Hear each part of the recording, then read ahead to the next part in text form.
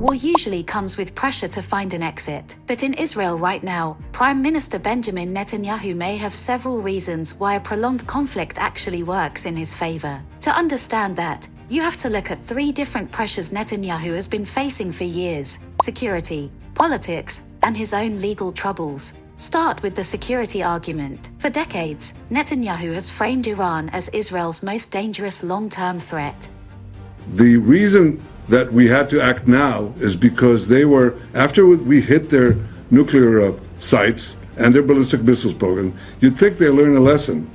But they didn't, because they're unreformable. They're totally fanatic about this, about the goal of destroying America. So they started building new sites, new places, underground bunkers that would make their ballistic missile program and their atomic bomb programs immune within months.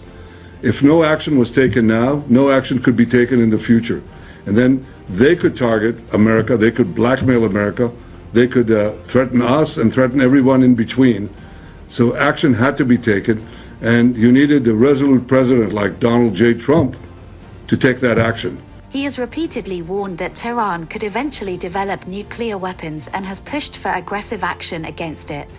If not stopped, Iran could produce a nuclear weapon in a very short time. It could be a year, it could be within a few months. But Israel always faced one major limitation: it could not take on Iran alone.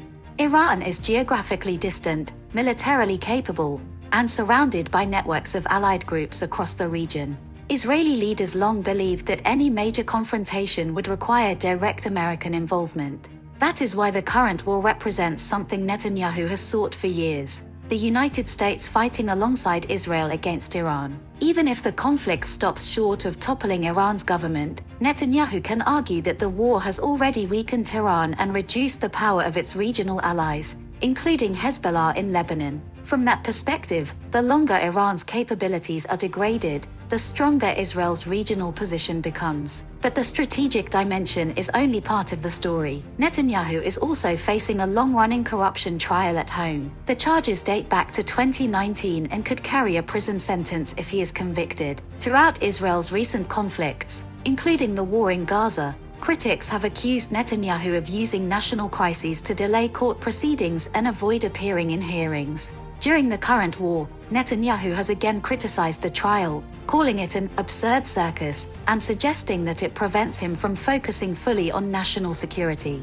Ending the conflict would likely bring the political spotlight back to those legal proceedings. And then there is domestic politics. Before the war with Iran began, Netanyahu's political position was far from secure. Many Israelis blamed his government for failures leading up to the October 7th attacks, and opinion polls suggested his support was slipping ahead of possible elections. War tends to change that dynamic. Recent polling shows growing confidence among Israeli voters in Netanyahu's leadership during the conflict. In wartime, leaders often benefit from a rally around the flag effect, where public support increases as the country faces an external threat. At the same time, the war has shifted international attention away from the ongoing crisis in Gaza and rising violence in the occupied West Bank, issues that have drawn growing criticism from European governments and the United Nations. All of this means the conflict has political consequences far beyond the battlefield. Strategically, it weakens Iran and its allies.